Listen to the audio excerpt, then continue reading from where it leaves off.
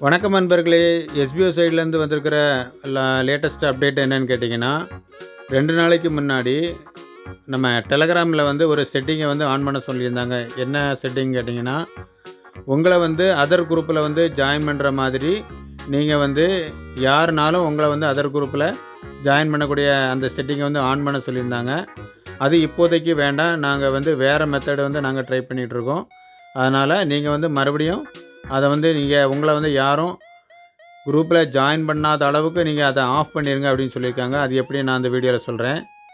நான் ஏற்கனவே சொன்ன மாதிரி மேலே 3 டாட்டை கிளிக் பண்ணிவிட்டு இங்கே பார்த்திங்கன்னா செட்டிங்கை கிளிக் பண்ணுங்கள். இந்த இடத்துல பார்த்திங்கன்னா ப்ரைவசி அண்ட் செக்யூரிட்டின்னு இருக்குது. அதை கிளிக் பண்ணுங்கள். கிளிக் பண்ணிவிட்டு லைட் அப்படி ஸ்க்ரோல் பண்ணுங்கள். ஸ்க்ரோல் பண்ணிவிட்டு கீழே வந்தீங்கன்னா இன்வைட்ஸ்ன்னு இருக்கும். ஆல்ரெடி நீங்கள் இந்த இடத்துல எவரிபடியை கிளிக் பண்ண சொல்லியிருப்பேன். இப்போது நிறுவனத்தில் என்ன சொல்லியிருக்காங்க அப்படின்னா, நோபடி கொடுத்துருங்க. உங்களை யாரும் எந்த குரூப்லேயும் ஜாயின் பண்ணாத அளவுக்கு நீங்கள் நோபடியை கிளிக் பண்ணி அதை ஆன் பண்ணிடுங்க. ஏன்னா வேறு மெத்தடில் சேல்ஸ் டீமில் இருக்கிறவங்க எல்லாரையும் ஒரே குரூப்பில் கொண்டு வர்ற மாதிரி அவங்க இந்த அனௌன்ஸ்மெண்ட்டு கொடுத்துருக்குறாங்க.